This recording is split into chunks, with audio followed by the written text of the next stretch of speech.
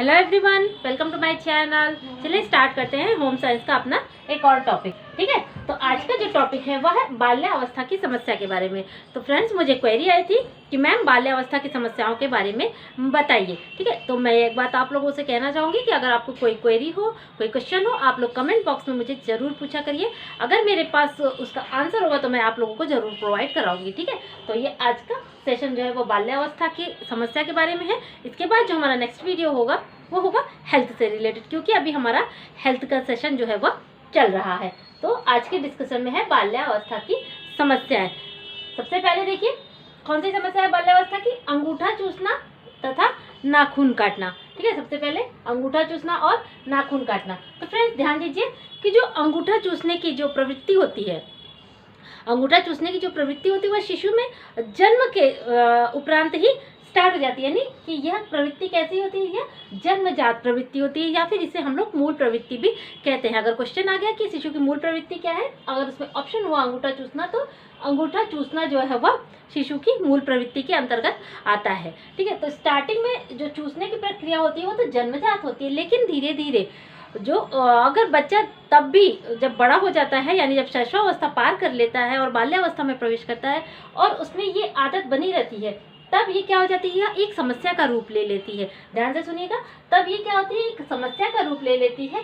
इसीलिए इसको इग्नोर नहीं करना चाहिए, यानी उस पर ध्यान देना चाहिए, उसके निवारण का जो है उपाय करना चाहिए। कैसे? जैसे कि अगर वो अंगूठा चूस रहा है तो उसका ध्यान किसी और चीज़ में केंद्रित करिए, उसको ज़्यादा से ज़्यादा किसी और चीज़ में बिजी रखिए। ठीक है, और उसको क्या कर, उसको डांटिए नहीं। ठीक है, उसको डांटिए नहीं, मारिए नहीं, डराइए नहीं, प्यार से उससे समझाइए कि ये गलत बात है, ये अच्छी बात नहीं है, अच्छी आदत नहीं है। तो क्या करेगा, धीरे धीरे बच्चा जो है वो आदत को धीरे धीरे छोड़ने लगेगा। ठीक है, तो इस तरीके से क्या होता है, अंगूठा चूसना जो है होती तो मूल प्रवृत्ति यानी जन्मजात प्रवृत्ति होती है, लेकिन एक अवस्था तक आते आते अगर बाल्यावस्था में भी यह चीज़ें कंटिन्यू रहती है तो वह एक समस्या का रूप ले लेती है और हमें ध्यान देना चाहिए और इसका निवारण करने की कोशिश करनी चाहिए। अब देखते हैं अनैच्छिक मूत्र स्राव। ठीक है, ये भी क्या है, ये भी एक मूल प्रवृत्ति है। यानी शैशवावस्था में जो शिशु होता है वो तो बिस्तर गीला करना, ये तो एक आम बात है, नॉर्मल बात है।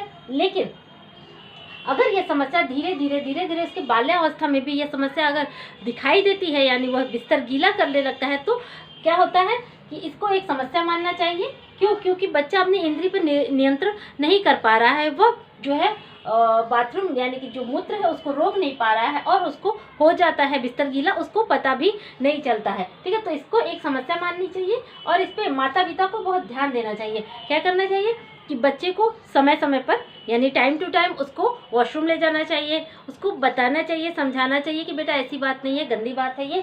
अगर बच्चा कुछ डिस्टर्ब भी रहता है तब भी यह समस्या जो है वह आती है। यानी बच्चा कभी कभी डर के मारे, यानी किसी माता पिता के डर के मारे भी वह क्या किया कर देता है, वह बाथरूम कर देता है। तो इस तरीके से बच्चे में जो है अनैच्छिक मूत्र स्राव का समस्या जो है आने लगती है।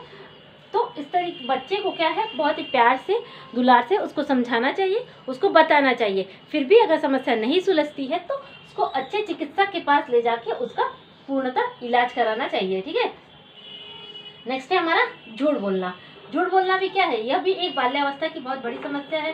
स्टार्टिंग में तो क्या होता है, हमें बहुत ही अच्छा लगता है कि बच्चा जो है झूठ बोलता है, स्टार्टिंग में तो अच्छा लगता है, लेकिन क्या अगर उसको उसी समय उस पर कंट्रोल नहीं किया गया, बच्चे को ध्यान नहीं दिया गया, तो क्या होगा, वह धीरे धीरे झूठ बोलना उसकी आदत में शुमार हो जाएगा। ठीक है, स्टार्टिंग में तो वो कह रहा है तो उसका झूठ जो है वो पकड़ा जाता है। क्यों? क्योंकि उसको वास्तविकता यानी कल्पना और वास्तविकता में फ़र्क करना नहीं आता है, इसलिए वो अपने हिसाब से तो सोचता है कि वो सच बोल रहा है कि मम्मी पापा को हम बेवकूफ़ बना लेंगे, लेकिन नहीं, वो उसका झूठ पकड़ा जाता है क्योंकि कल्पना और वास्तविकता में वो फ़र्क नहीं कर पाता और अपने हिसाब से वह बातें बोलने लगता है और हमको पता चल जाता है कि वह झूठ बोलता है। तो स्टार्टिंग में अच्छा लगता है, लेकिन उसकी यह समस्या बन जाए या आदत में शुमार हो जाए, इसके लिए क्या करना चाहिए, हमें बराबर बच्चे को ध्यान देना चाहिए।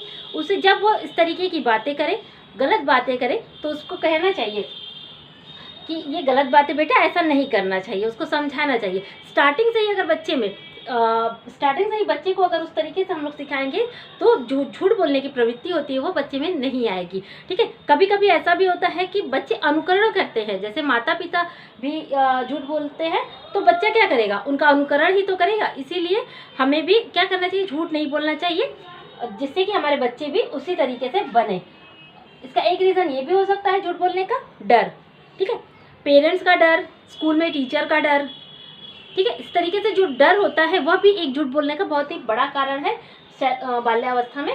क्यों? क्योंकि बच्चा जैसे होमवर्क नहीं हुआ तो टीचर से झूठ बोल दिया, मम्मी पापा का कोई काम नहीं किया तो झूठ बोल दिया। ठीक है, तो क्या होता है कि झूठ तो बोल देता है, और जब वो झूठ उसका पकड़ा नहीं जाता तो वो सोचता है कि मम्मी पापा तो विश्वास कर लेंगे, हम लोग आराम से झूठ बोल सकते हैं। तो इसलिए तो है, जब शैशवावस्था यानी जब बाल्यावस्था में बच्चा प्रवेश करे और झूठ बोलना जब प्रारंभ करे तभी उस पर कंट्रोल करना चाहिए, जिससे कि क्या, यह प्रवृत्ति उसके में आगे जाकर आदत न बने और यह एक समस्या का रूप न ले। ठीक है, तो इस तरीके से झूठ बोलने पर भी ध्यान देना चाहिए। यह भी बाल्यावस्था की एक बहुत ही गंभीर समस्या है, जिसको कि हम लोग नज़रअंदाज कर देते हैं और जिसका भुगतान आगे जाके पेरेंट्स लोग को भुगतना पड़ता है। नेक्स्ट है समस्या क्या है, भाषा का दोष।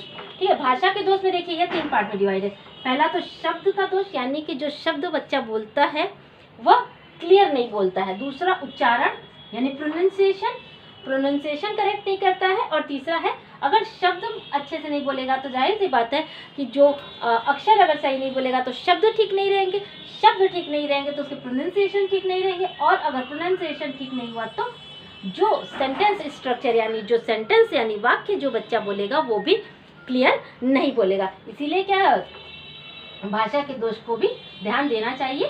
स्टार्टिंग में तो अच्छा लगता है, बच्चा तुतुला के बोलता है या फिर इस तरीके से, लेकिन उसको उसी समय बताना चाहिए कि ये नहीं, ऐसे नहीं, क नहीं, त नहीं, उसको क्लियर शब्द, क्लियर अक्षर बोलना उसे धीरे धीरे सिखाना चाहिए। ऐसा भी नहीं कि आप एक ही दिन में उसे सारी चीज़ें सिखा दें, ऐसा तो नहीं ना है।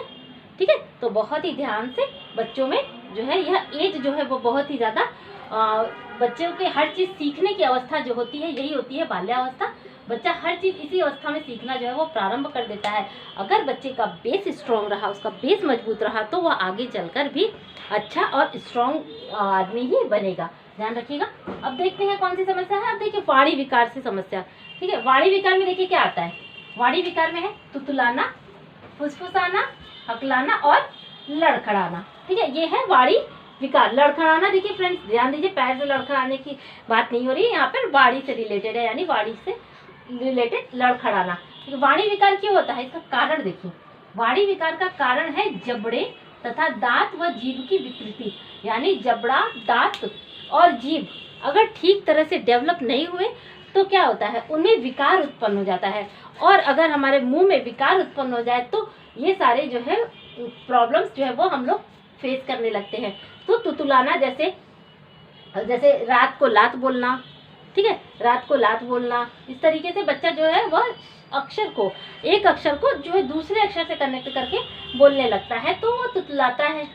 और दूसरा है फुसफुसाना, यानी कि बोलते बोलते जो धीरे धीरे बोलना, फिर बोलना एक तरीके से तेज करके, फिर धीरे बोलना, फिर बोलते बोलते स्पीड पकड़ना, फिर जो है स्लो हो जाना, तो ये फुसफुसाना। और तीसरी समस्या है हकलाना, यानी एक ही अक्षर को वो बार बार, जैसे क क क क त त त त रात, ठीक है, तो एक अक्षर को बार बार बोलना क्या कहलाता है, हकलाना कहलाता है। अब देखिए लड़खड़ाना, यानी कि लड़खड़ाने का मतलब ये होता है कि जैसे अगर हम बोलना कुछ और चाहते हैं लेकिन हमारे मुंह से क्या होता है, मुंह से हमारे कुछ और शब्द निकल जाते हैं, ठीक है, तो उसको कहते हैं जबान का लड़खड़ा जाना। तो इस तरीके से क्या है, यह है सारी बाल्यावस्था की समस्याएं। आई होप चीज़ें आप लोगों को क्लियर हो गई होंगी तो प्लीज़ वीडियो को लाइक करिए, शेयर करिए और चैनल को सब्सक्राइब करिए। अगर आपको भी लगता है कि मैम कुछ कमी रह गई है, मैडम ने ये टॉपिक नहीं डिस्कस किया है, तो आप ज़रूर मुझे कमेंट बॉक्स में बताइए, तो मैं उसके रिगार्डिंग मेरे पास अगर वो मैटर हुआ तो मैं आपको ज़रूर वो प्रोवाइड कराऊंगी। ठीक है, तो मिलते हैं अपने नेक्स्ट वीडियो में, तब तक के लिए थैंक यू।